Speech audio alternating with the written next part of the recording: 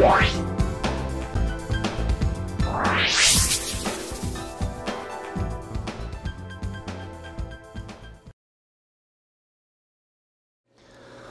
안녕하세요.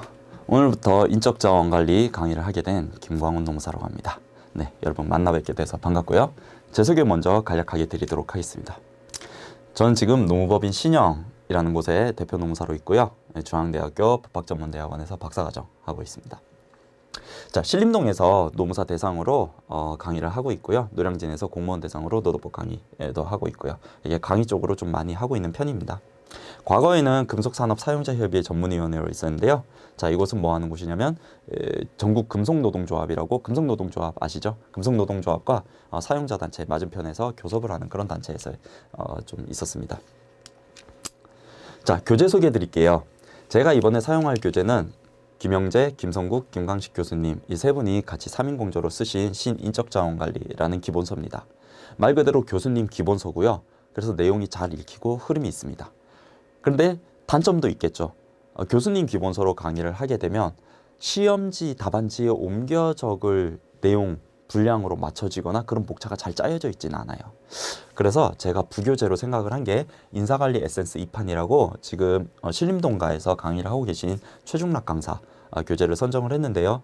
시중에 나와 있는 교재 중에 아마 정리가 제일 잘 돼 있는 교재가 아닐까라고 제가 생각을 하고 한번 서점 가서 보시고요. 필요하신 분은 사서 같이 참조해서 보시면 좋을 것 같아요.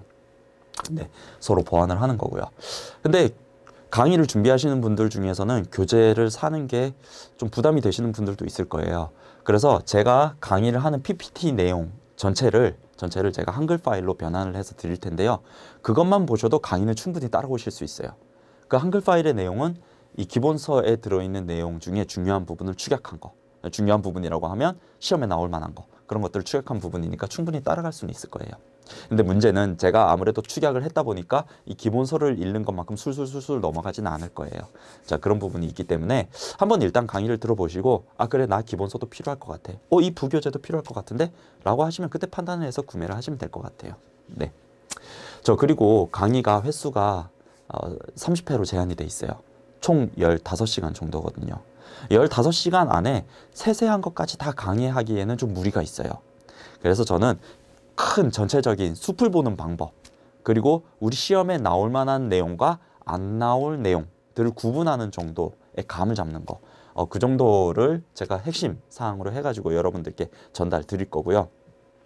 물론 그 내용 제가 대충 하겠다 막 이런 게 아니에요. 그런 게 아니라 다만 이제 시간상의 문제가 있기 때문에 좀 전체적으로 보겠다, 세세하게 디테일하게까지는 못 들어간다, 이런 부분은 스스로 좀 공부를 하셔야 된다라는 말씀을 드리는 거예요. 그리고 강의 구성은 오늘 총론부터 시작을 해가지고 총 30회 진행을 할 건데, 마지막 한두 회 정도 시간에는 제가 기출문제 풀이를 할 거예요.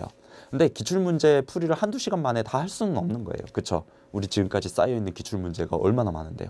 그래서 좀 가장 대표적인 유형들을 골라가지고 6문제를 제가 선정을 해가지고 그것만 강의를 할 건데요. 나머지 기출에 대한 해설 부분은 제가 대신 프린트로 나눠드릴 테니까 그걸 통해서 공부를 스스로 학습을 하시고, 모르는 부분이 있으면 저한테 피드백 주시는 그런 방법으로 좀 진행을 했으면 좋겠어요.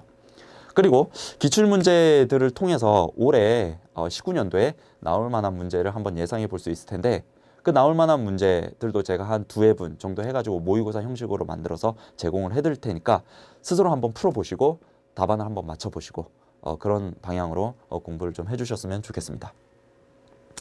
자, 그리고 강의를 시작하기 전에 이 말씀을 좀 드리고 싶어요. 인적자원관리라는 과목은요, 답안지에 옮겨 쓰실 때 좀 유연하게 생각하실 필요가 있어요. 이게 수학이나 법처럼 답이 정해져 있는 게 아니에요. 각 상황에 따라 다른 답을 낼 수 있는 거란 말이에요. 물론 여기 수강하시는 분들 중에서는요, 저보다 인사관리를 더 잘하시는 분들도 많을 거예요. 인사부서에 몇십 년 동안 근로를 하신 분들도 계실 거고, 아니면 대학이나 대학원에서 인적자원관리를 아예 전공을 하신 분들도 계실 거예요. 저보다 훨씬 많이 아시겠죠. 그쵸? 이런 과목에 대한 특징은 답이 정해져 있는 게 아니기 때문에 여러분 답이 맞을 수도 있고요, 이 책에 있는 답이 맞을 수도 있고요, 제 답이 맞을 수도 있는 거예요. 그쵸? 근데 약간 그런 건 있죠. 어쨌든 시험이고 수험이다 보니까 교수님이 출제하시고 교수님이 답안을 채점을 하시잖아요. 그러니까 교수님의 뜻대로 쓰는 게 고득점에는 가장 유리하긴 할 거예요. 하지만 그렇게 갇혀있지 마세요. 왜 이런 말씀을 드리냐면 우리가 총 6문제가 나오잖아요. 시험 문제 총 6문제네요. 1문, 2문, 그리고 3, 4, 5, 6문 이렇게 6문제가 나오는데 1문과 2문은 각 30점짜리 문제고요. 3, 4, 5, 6은 각 10점짜리 문제예요. 네, 단답형이고요. 이건 논술, 약술형이죠. 자, 근데 이 30점짜리 문제 특히 보면요. 간혹 가다가 어떤 연도를 보면 사람들이 모르는 걸 낼 때도 있어요. 네, 모르는 걸 낼 때도 있단 말이에요. 10점짜리도 마찬가지겠지만. 그럼 모르는 걸 내면 이거를 비워두고 가야 되냐? 난 답을 모르니까. 그렇지 않다라는 거예요. 내가 모르면 옆 사람도 모르는 거거든요. 그럴 확률이 굉장히 높아요. 그래서 이럴 때 유연적 사고가 필요한 거예요. 응용을 해가지고 뭔가라도 쓸 수 있는 사고. 그렇기 때문에 만약에 모르는 게 나온다고 하더라도 그냥 비워두지 마시고요. 조금 생각을 해가지고 유사한 답안이라도 좀 작성을 하도록 노력하는 방법이 필요할 것 같아요. 그렇기 때문에 필요하고요. 그리고 다시 말씀드리지만 책에 있는 게 꼭 정답은 아니다. 그래서 여러분이 경험한 게 오히려 더 정답의 근사치가 될 수도 있다. 대신 그런 내용을 적을 때는 좀 논리적으로 적어야겠죠. 왜 그런 게 나오게 됐는지. 그냥 단지 내 주관적인 생각이 아니라. 네, 그런 내용은 좀 필요할 것 같다. 그래서 제가 강의를 시작하기 전에 드리는 말씀은 좀 유연적 사고 필요하고 여러분들의 경험도 충분히 답이 될 수 있다. 이런 말씀을 드리는 겁니다. 자, 그럼 본격적으로 우리 총론부터 진행을 할 건데요. 총론 부분은 시험에 딱히 나온다라기보다는 우리가 인적자원 관리를 공부함에 있어서 그래도 기본적으로 알고 가야 되는 내용이지 않나라고 생각을 해서 말씀을 드리는 겁니다. 자, 일단 인적자원 관리, 휴먼 리소스 매니지먼트의 개념은 무엇인가 라고 보면 인적자원 관리는 말장난인 것 같은데 인적자원을 관리하는 거예요. 예. 이 중간에 근데 들어간 내용들이 중요하죠. 확보하고 유지하고 개발하고 이 외에도 평가도 하고 방출도 하고 뭐 이런 모든 내용들을 관리하는 활동을 얘기한다라는 겁니다. 자, 전략적인 가치를 지닌 인적 자원을 기업과 근로자의 욕구를 함께 충족시키는 방향으로 확보, 개발, 평가, 보상, 유지, 방출하는 일련의 과업이다라고 해서 우리 수험에서는 여러분들도 입에 달고 살 텐데 이걸 줄여서 확, 개, 평, 보, 유, 방이라고 합니다. 확개평, 보유방, 확개평, 보유방 이렇게 많이 할 텐데 이게 우리 시험에 나오는 전부고요. 이게 우리 시험에서 작성해야 될 내용입니다. 네.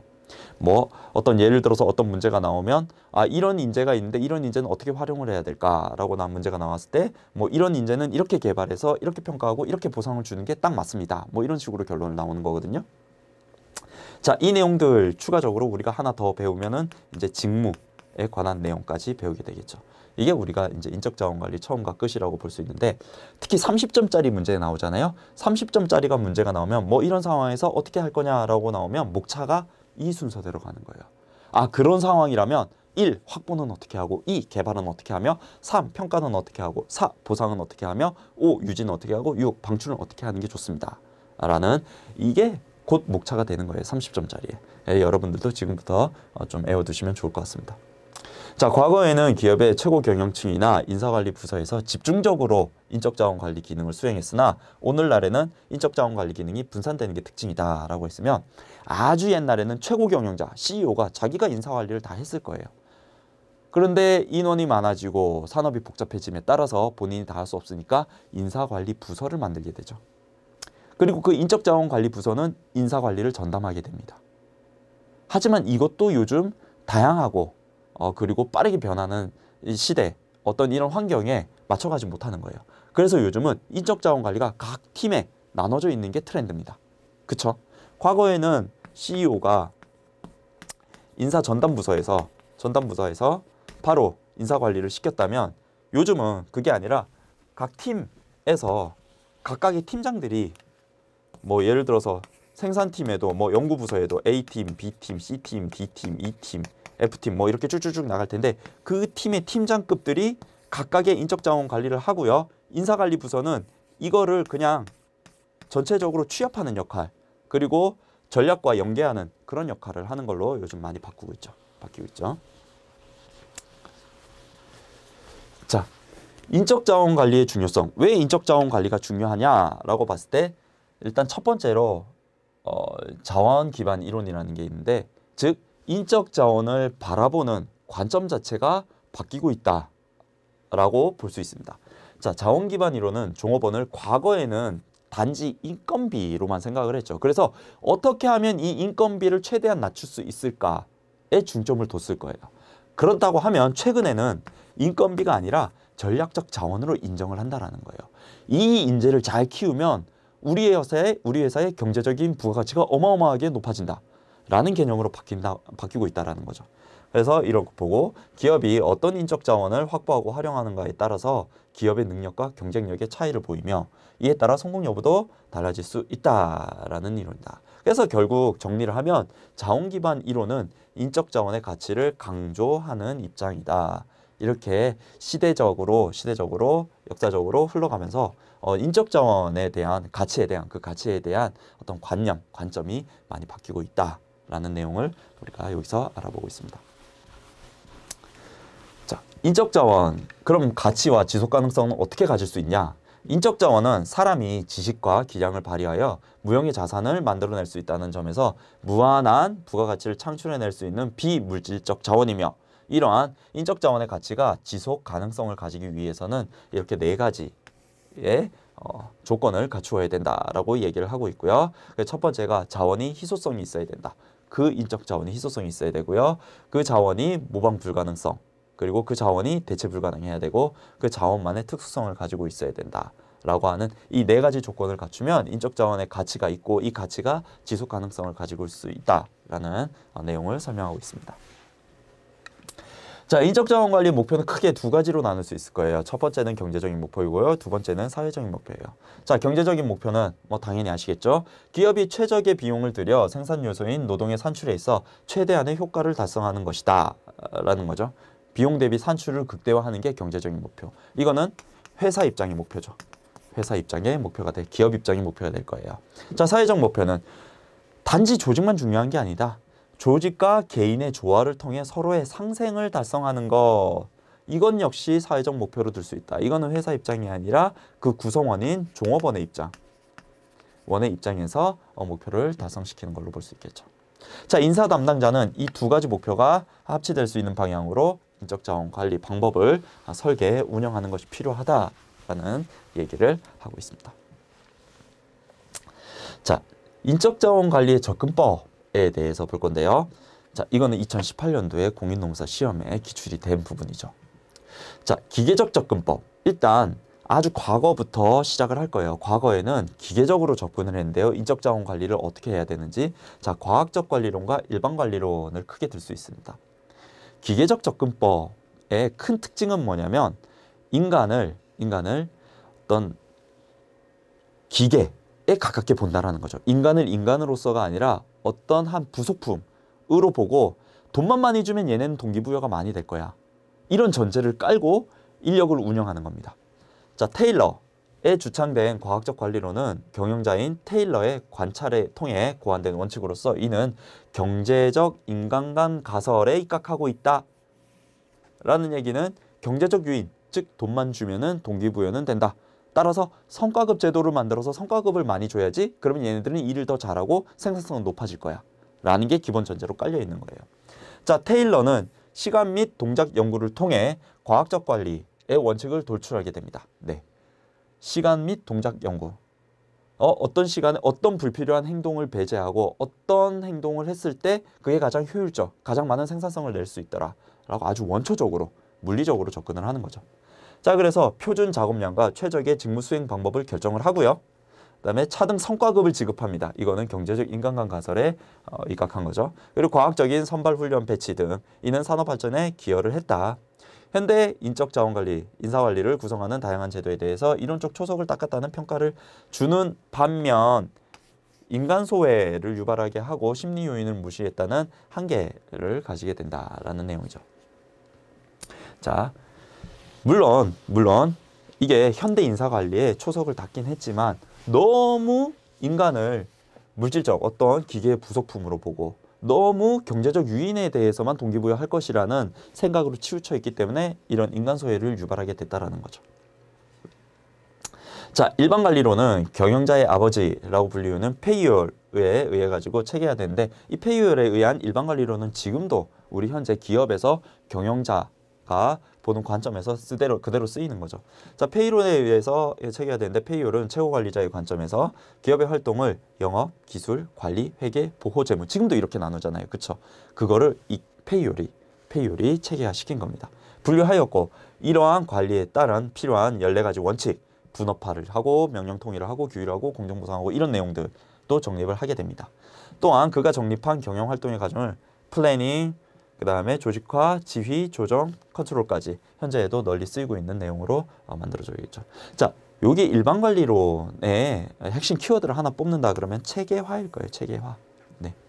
어쨌든 과거에는 그런 행위를 했지만 그게 그런 행위인지 모르고 정의를 하지 못하고 했다면 이 사람은 페이올은 명확하게 6가지와 14가지 관리 원칙을 세우고 그 다음에 이런 과정들을 만들어냈습니다. 경영활동 과정을 만들어냈습니다. 자, 그런데 앞에 것까지는 너무 이제 경제적 인간관 관점에서 본 거고요. 자, 이후에 등장한 인간관계론과 호손 실험에서 보시면 그런 인간 소외도 우리가 신경을 써야 된다라는 얘기를 하고 있습니다.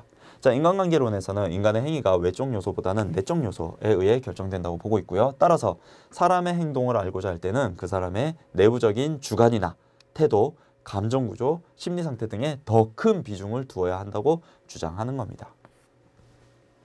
하버드 대학교 메이오 교수에 의해 호손 실험이 진행이 되었는데요. 이 실험을 통해 작업 능률의 사회성과 비경제적 요인의 중요성이 발견되었다.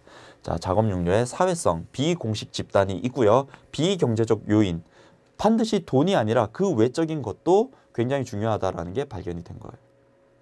자, 이는 전문화와 분업의 역기능에 주목하였고 비공식적 조직, 개인의 심리적인 측면을 강조하였다는 것에서 의의가 있으나 외부 영향 요인과 인간의 합리적인 측면에 대해서 경시하였다는 또 이건 역시 한계가 있다라는 거죠. 사실 이 호손 실험 중에 호손 실험은 이 인간관계에 대해서 비공식적 조직이나 뭐 개인의 심리적인 측면을 하려고 한 게 아니에요. 일단 첫 번째로 조명 실험을 했는데요. 조명 실험은 뭐 어떤 인간관계를 찾아내기 위해서 한 게 아니라 조명을 밝게 하면 생산량이 어떻게 바뀔지 이걸 실험을 하기로 했는데 조명이 밝아졌다고 해서 생산량이 늘지 않는다. 즉, 이 실험을 실패함을 통해서 오히려 더 이 인간관계에 대해서 이런 심리 상태 같은 게 영향을 미친다. 생산량에 영향을 미칠 수 있다는 걸 발견하게 된 케이스예요. 자, 그래서 호손 실험 같은 경우에 아까 말씀드렸듯이 조명 실험을 했는데 조명 실험에서 조명을 밝게 해서 생산량이 늘어나는 게 아니라 실험 집단뿐만 아니라 통제 집단조차 작업 성과가 향상되는 결과, 즉 실패했는데 자신들이 실험 대상이 되었다는 사실을 알고 행동을 변화시켰다라는 거예요. 그 조명이 아니라 어떤 심리적인 요인이 작동을 해가지고 생산량을 변화시켰다라는 얘기고요. 이 밑에 배전기 실험 가서도 작업 능률에 영향을 미쳤던 비공식 조직과 집단 압력의 존재를 파악을 했다. 즉 비공식적으로 합의된 규범에 따라 작업 능률이 결정이 됐다라는 거죠. 즉 이 비공식 조직과 집단 압력이 있었고 이런 내용이 결국에 어떤 생산량을 결정을 할 수 있었다라는 얘기도 같이 이 배전기 실험에서 밝혀낸 거예요. 예를 들어 이런 거죠. 원래 1시간이면 10개를 생산할 수 있어요. 1시간이면 10개를 생산할 수 있는데 여기 같은 경우에는 집단 압력이나 비공식 조직에서는 서로 얘기를 하는 거죠. 우리는 지금 실험 대상이고 우리가 지금 10개를 생산하게 된다면 계속 우리는 앞으로 이 시간당 10개를 생산해야지 인정을 받을 수 있을 거야. 위에서 야 우리 그냥 조금 편하게 하면서 8개만 생산을 하자. 라는 전체적인 집단 압력이 있다 그러면은 그거에 합의된 규범에 따라 작업 능률이 결정될 수도 있다. 즉 비공식적 집단이 중요할 수 있다라는 얘기를 이 배전기 실험에서 같이 하고 있는 거죠. 자, 그 다음에 시스템 접근법이라고 있습니다. 시스템 접근법은 기업을 하나의 시스템으로 보는 거죠. 자, 기업을 사회적 시스템으로 보고 인적 자원 관리를 투입 요소의 개선, 위생적 요소, 구조적 요소, 그리고 산출 요소 등 하위 요소로 구분하여 인적 자원 관리를 부분 시스템과 전체 시스템과의 관계성으로 이해하는 접근법이다라고 해서 시스템 접근법은 크게 밑에 하위에 여러 요소들이 있다라는 거예요. 그 요소들은 유기적으로 연결돼 가지고 서로에게 영향을 미치는 거고요. 그 하위에 있는 요소들이 합쳐져서 하나의 큰 시스템을 만든다라는 거죠. 그래서 기업을 하나의 사회적 시스템으로 본다라는 게 시스템 접근법의 핵심 내용입니다. 자, 상황적 접근법. 상황적 접근법은 기업은 닫혀있는 폐쇄 단체가 아니다라는 거예요. 개방하는 단체고요. 외부 환경 요인 그리고 내부 환경 요인을 받게 되고 그 환경 요인에 따라 그때그때 상황에 따라 다르게 적용하고 다르게 만들어진다라는 내용이죠.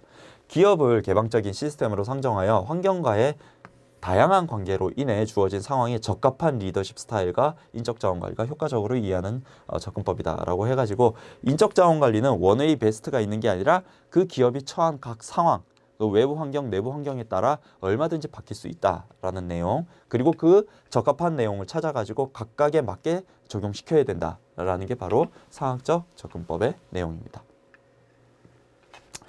자, 마지막으로 성과접근법의 내용 같은 경우에는 미국의 허드슨 연구소에서 진행한 프로젝트에 따르면 한 가지 사이즈의 사람을 요구하고 이 사이즈의 조직 내 모든 사람을 맞추는 식의 인사관리, 즉 one size fits all 이라는 식의 경영은 직장에서 하루속히 사라져야 하며 인적자원 관리에서 마찬가지겠지만 인적자원의 다양성, 이점을 살릴 수 있는 개인화에 치중을 해야 된다. 이걸 지향해야 된다라고 보고 있는 이론입니다. 성과접근법은 즉 여기서 키워드는 개인화입니다.